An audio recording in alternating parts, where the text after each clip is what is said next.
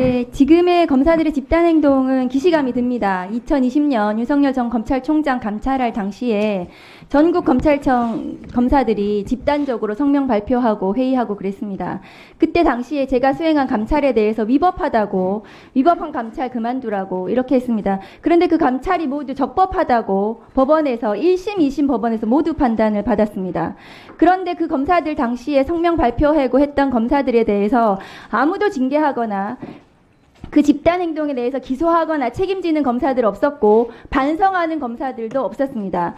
지금 이 정부 들어서 윤석열 검찰은 용산의 위성정당으로 전락했습니다. 이 검사들은 정치 행위를 하고 있습니다. 검사들이 얼마나 내로남불인지를 말씀을 드리면 세호로 당시에 시국선언을 한 교사들을 모두 기소했습니다. 국민의 생명과 안전에 대해서 정당한 주장을 하는 교사들을 모두 기소해서 유죄 확정됐습니다.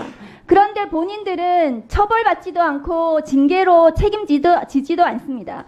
도이치모터스 주가 조작 불기소 관련해서 국민의 70%, 80%, 제 느끼는 감으로는 90% 이상이 그 불기소가 잘못됐다고 김건희 특검법을 찬성하고 있습니다. 그리고 그에 더해서 허위 브리핑은 어떻습니까? 여기 앉아 계신 기자님들이 있을 거예요. 그 경험하신 분들.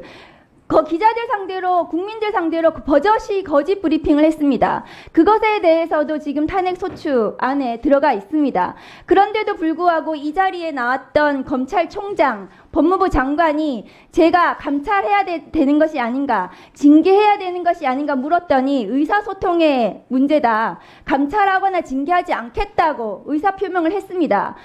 법무부 장관이 직접 감찰을 할 수 있습니다. 검사들에 대해서 법무부 감찰 규정에 나와 있습니다.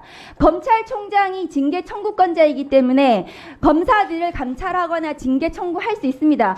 안 하겠다고 해서 국회가 지금 탄핵 소추해서 징계를 하겠다는 겁니다.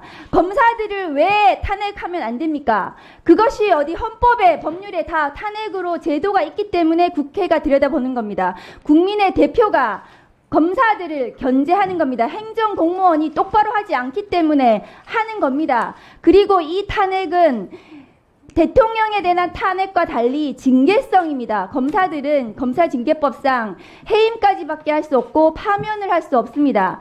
파면에 이를 정도로 중대한 헌법과 법률 위반이 있기 때문에 국회에서 탄핵 소추를 하는 것입니다. 그런데 이것에 대해서 검사들이 지금 중앙지검 부장검사, 차장검사, 부부장검사들까지 평검사 200명들까지 지금 얘기를 하고 있어요. 이 집단 행동에 대해서 국회가 그러면 가만히 둬야 됩니까? 이 국가공무원법 66조 위반에 대해서 자기들은, 다른 교사들은 모두 기소하면서 자기들은 처벌하거나 수사받거나 하지도 않는데 그러면 국회가 이것을 좌시하고 가만히 있어야 되겠습니까? 그렇기 때문에 이 집단 행동에 대해서는 반드시 국회 차원에서 감사 요구를 해야 됩니다. 아울러서 국가공무원법 66조 위반에 대해서 저는 법사위 차원에서 형사적으로 고발해야 된다고 저는 생각합니다.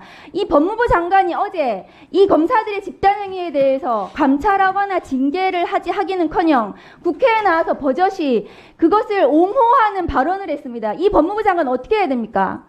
저는 이 법무부 장관이 책임을 져야 된다고 생각합니다. 이 검사들의 집단 행동을 부추기고 있습니다.